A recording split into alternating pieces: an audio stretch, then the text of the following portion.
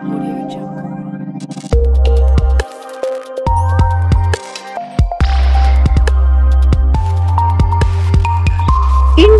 TV9 news Maharashtra.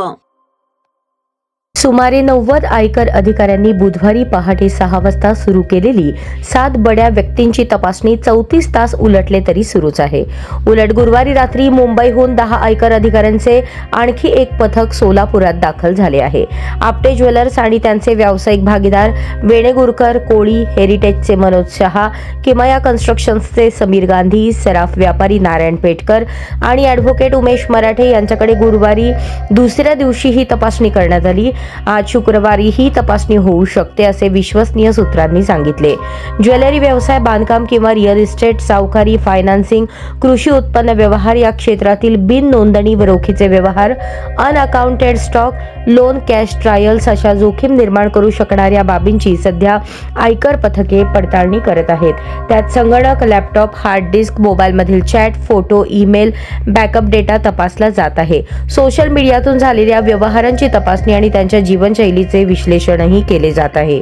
याशिवाय चौकशीतील प्रत्येकाचे bank statements, cashbook, ledger, vouchers, चलने, स्टॉक रेकॉर्ड्सचीही तपासणी करण्यात येत आहे। कोणी अनावश्यक रोखीने व बिन नोंदणी व्यवहार किंवा फक्त बँकिंग चॅनेलमधून व्यवहार केले आहेत का याचीही कसून तपासणी सुरू असल्याचे सूत्रांनी सांगितले। तब्बल 100हून अधिक अधिकारी या तपास कामात गुंतले आहेत। दरम्यान अजूनपर्यंत चौकशी सुरू असलेल्यांपैकी कोणी किती कर चुकवला याबाबतची माहिती समोर आलेली नाही। केंद्र सरकारने चालू आर्थिक वर्षात मोठ्या प्रमाणात कर सवलती जाहीर केल्या आहेत, त्यामुळे निर्माण झालेल्या महसुली तुटीच्या भरपाईसाठी अंमलबजावणी संचालनालयाने कारवाया वाढवल्या आहेत। एकूणच नव्या फायनान्स ऍक्ट नंतर प्राप्तिकर विभागाने ठिकठिकाणी छापेमारी सुरू केली आहे। त्याचाच एक भाग म्हणून सोलापूर शहरातील बांधकाम व सराफ व्यावसायिकांची त्यांच्या भागीदारांच्या व्यवहाराची तपासणी केली जात आहे।